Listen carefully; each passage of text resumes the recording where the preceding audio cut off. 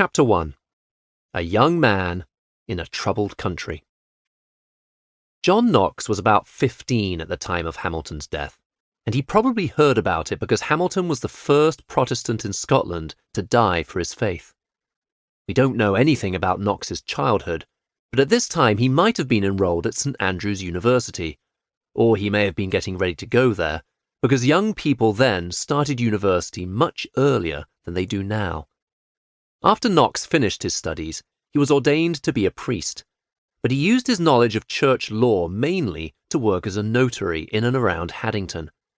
Notaries usually check documents and sign them to show that what is written in them is correct. It was probably a fairly quiet job. In the meantime, many things in Scotland were changing. The king, James V, died from a sudden illness, leaving the throne to his 6-day-old daughter, Mary Stuart. Because she was only a baby, the Earl of Arran, we will call him Aaron from now on, was chosen to make decisions for her.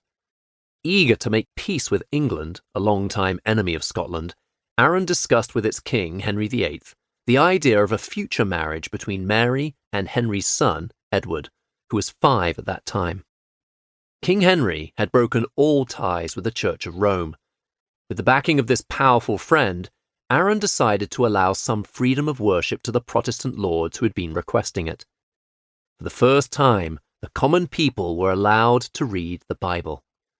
During this time, Knox heard God's message of salvation through faith alone, preached in a church.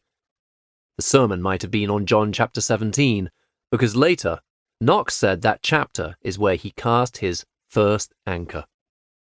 Around the same time, Knox became a tutor for 3 boys from 2 families, teaching them typical subjects such as Latin grammar and literature, English and possibly French. Because they were Protestant, the boys also studied the Bible. Knox probably enjoyed this time of freedom. This freedom and peace, however, didn't last long. King Henry started to make strong demands on Scotland, so the Scottish leaders tossed out any idea of giving Mary to his son in marriage. Furious, Henry sent a large army to terrorize the people, and the soldiers burned whole cities, including the area where Knox lived.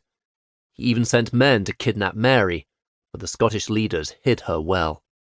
At that point, most of the Scottish leaders looked for help from France, where Mary Stuart's mother, Mary of Guise, was born. Arran sided with these leaders. Since France was a Roman Catholic country, he put a stop to the freedom the Protestants had been given.